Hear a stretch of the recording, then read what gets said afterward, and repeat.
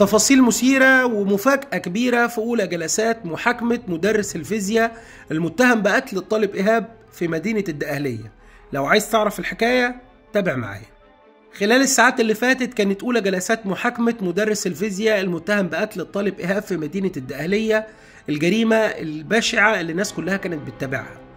النهاردة محامي المتهم فجر مفاجأة لما تنحى عن القضية وقال ان هو وافق على القضية بعد ما أسرة المتهم قالوا ان ابنهم مدرس الفيزياء المتهم عنده مرض اسمه القمار القهري.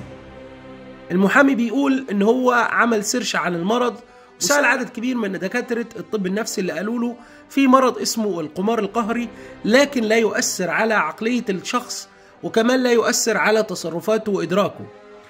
وقتها المحامي قرر ان هو يتنحى عن القضية ورفض انه يترافع عن المتهم بقتل الطالب إيهاب. كمان في اولى جلسات محاكمة المتهم كانت اسرة المجني عليه موجودة. الأب قال قدام المحكمة ان المتهم كان بيخطط ان هو يقتل 3 شباب تاني غير ابنه المجني عليه. المتهم كان خلص على المجني عليه وقسم جثته ل3 أجزاء، الجزء السفلي رماه قدام ترعة والجزء العلوي فرغ منه الأحشاء ورمى البطن والصدر في مكان والدماغ رماها في المية.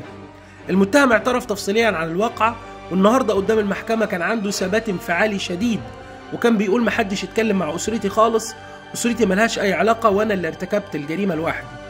النيابة العامة وقتها قررت حبسه وإحالته للمحاكمة الجنائية العاجلة. القضية تم تأجيلها وخلال الأيام اللي جاية هتحصل تفاصيل أكتر في الواقعة. تابعونا هنا علشان نقدر نقول لكم كل جديد. شكرا.